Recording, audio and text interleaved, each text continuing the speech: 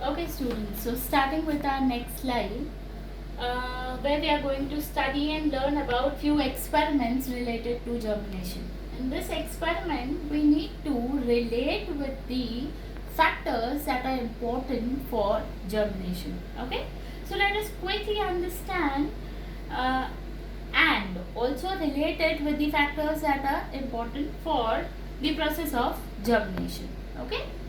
So the first experiment, the aim of the experiment is to prove that the water is necessary for the process of germination.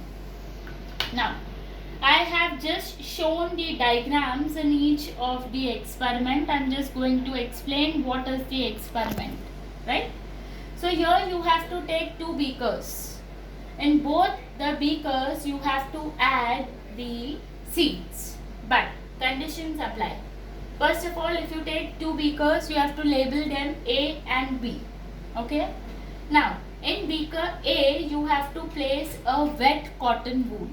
Right. So, for wet cotton wool, I have shown it with a blue color marker. Okay. So, in beaker A, you have to take wet cotton wool, and in beaker B, you have to take dry cotton wool. Don't forget the aim of the experiment. You have to prove that water is necessary for the process of germination.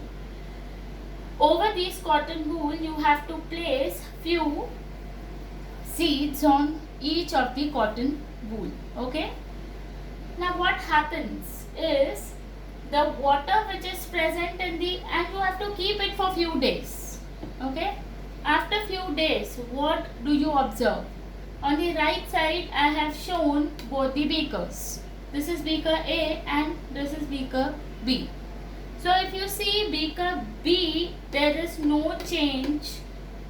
And in beaker A, you see that the seeds have begun their process of germination. Now why so? I think I need not give you all any detailed explanation, right?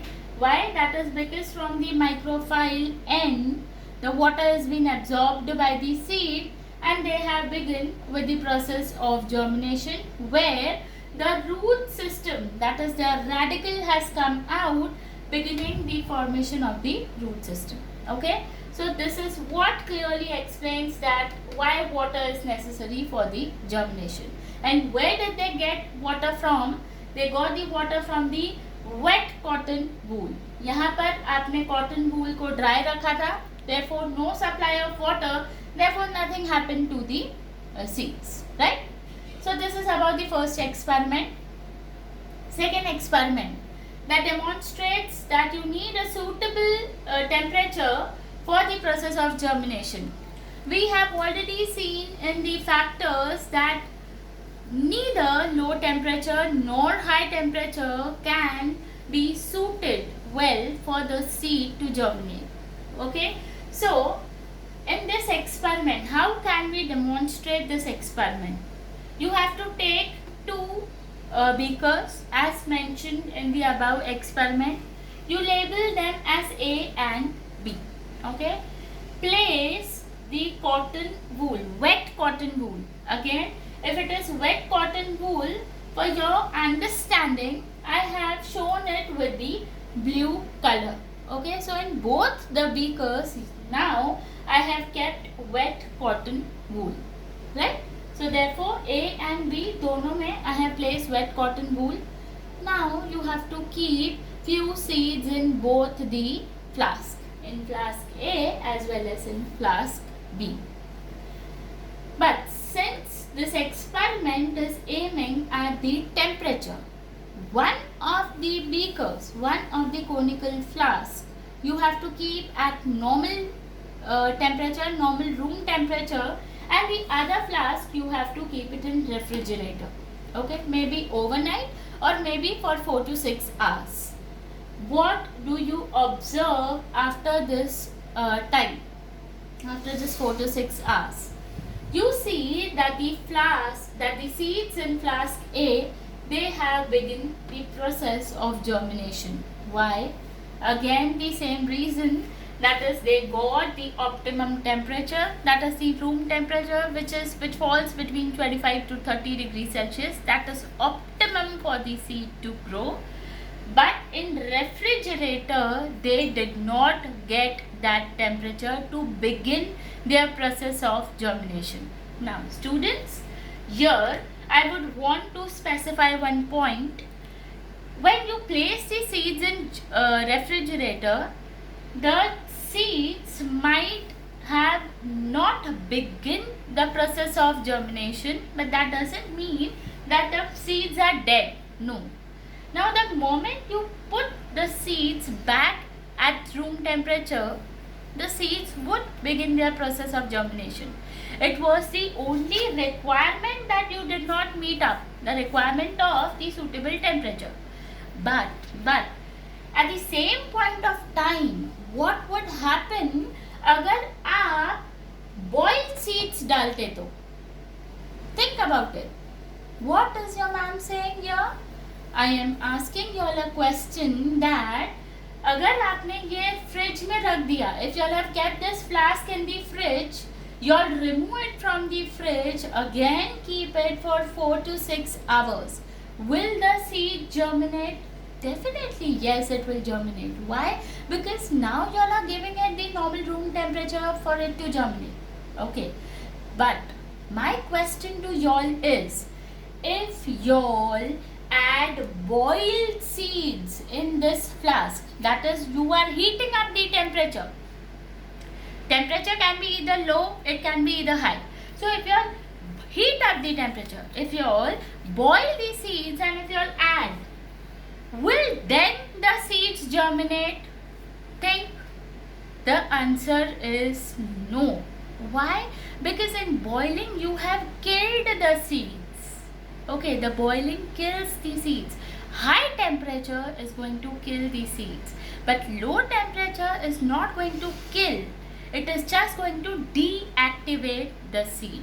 The moment you keep it back to the normal temperature, the seed becomes activated again and it will start the normal process of germination. Okay, please keep this thing in your mind, right?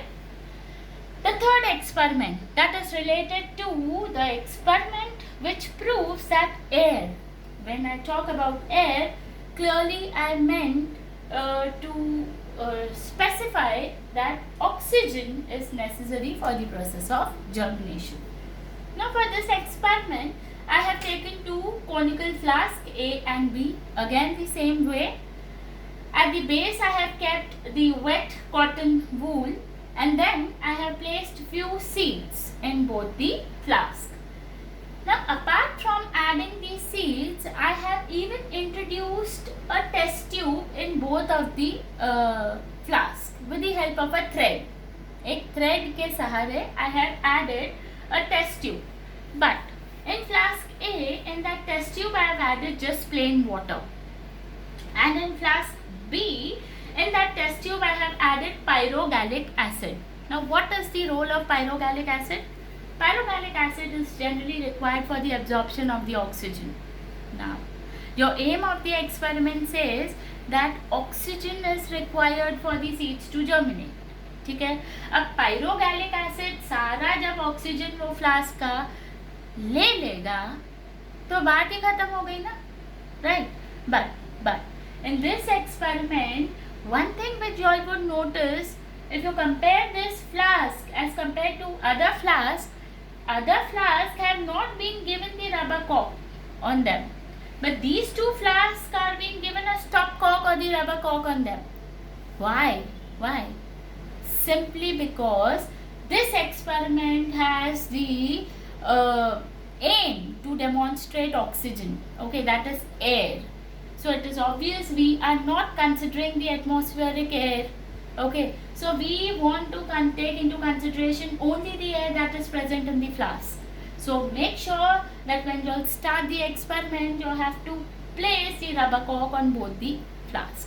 Okay, then observe these two flasks for 4 to 6 hours. After 4 to 6 hours, you would definitely see that in flask A, the seeds have begun the process of germination. Why? Because you have just added plain water in it. Okay, now this plain water is any which ways not going to stop the process of germination. Okay, so seeds will germinate over here, but in pyrogallic acid solution, since it's going to absorb all the oxygen, definitely the seed would demand for more oxygen, though certain seeds would begin the process of germination. Why? Due to some anaerobic germination that might happen, but that doesn't mean that that is enough for the seeds to live lifelong. No, seeds cannot survive only on the basis of anaerobic respiration. No, they do require oxygen for respiring, for germinating. Okay, so this experiment clearly proves that oxygen is needed for germination. So the fourth experiment that says that it's a three bean seed experiment. Okay, now what is the aim of this experiment? In this experiment also we have to prove that water is necessary for the process of germination. Apart from water, we also have to prove that other factors like oxygen is equally required for the process of germination, but though that factor has not been clearly elaborated in this experiment.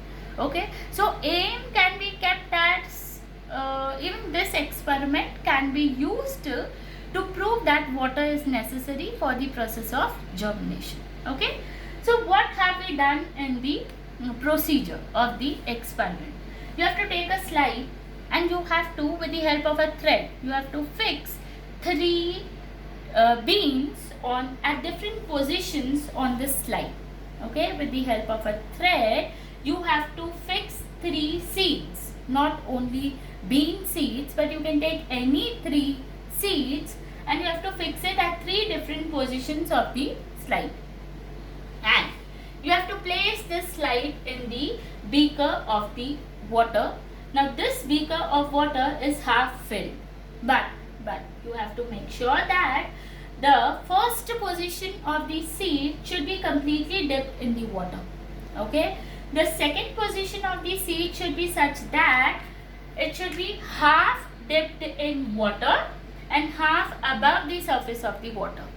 That should be position of the second seed, and the third seed should be completely in the air. That means above the surface of the water. These three different positions of the seeds are a must for this experiment. Okay, so what did I say? You have to place three seeds at three different positions for this experiment. One completely dipped in water, second at the surface of the water, half dipped in water, half above the surface of water, and third completely above the surface of the water. Now, what will you observe? If you see the observation for the topmost seed, okay, come on, let's start with the middle seed. As I mentioned about the middle seed, we see that a nice seedling or a plantlet growing from the middle seed. Can you clearly see it from the diagram? Okay, so a plantlet growing from the middle seed. Now what does this conclude? It concludes that the middle seed, which is half dipped in water and half above the surface of the water, gets the supply of both. It gets the supply of water, it gets the supply of oxygen, also it gets the supply of suitable temperature. Why? Because you have kept the beaker at the room temperature. Okay, so all the three factors are being fulfilled, and therefore the seed has been very nicely germinated. Now you have to think about why the seeds at the topmost position and at the bottom position have not germinated. As my question marks are being I have asked you all the questions, you all have to answer and think about why the top seed does not germinate. Okay, the top seed does get the supply of oxygen.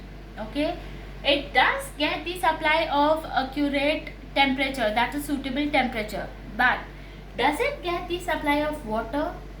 No.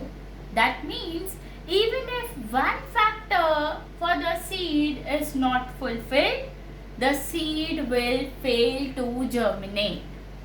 The 3 bean seed experiment is trying to show you all that even if you all give a seed rest of the factors, but even if one factor is missing, the seed will not let itself germinate. That means all the 3 factors are equally important for a seed to undergo the process of germination. Okay, so here the topmost seed does not germinate. The reason is why? Because it did not get the supply of water. What happens to the seed at the bottom? It does not germinate or stops the process of germination after the emergence of small radicle. Why so? Here, since it is completely dipped in water and it's getting the supply of room temperature, what is the problem? Is it not getting oxygen? And why is it not getting oxygen? Does water not have oxygen content in it? Of course it has. How can water not have oxygen? But the content of oxygen in water is very minimal. It is very less, and as per the requirement of the seed, as we have already known that seed requires maximum oxygen. Why? Because it's in the stage of growth, it's in the stage of development. तो maximum oxygen की ज़रूरत है उसको. Since it is not having that much supply of oxygen, it will fail to germinate. Okay. So conclusion, I would say that water definitely is essential for the germination, but the other requirements of oxygen is not completely or fully demonstrated in this experiment. Okay, I hope all these 4 experiments based on germination and also based on the factors required for germination are cleared with you all. Okay, thank you.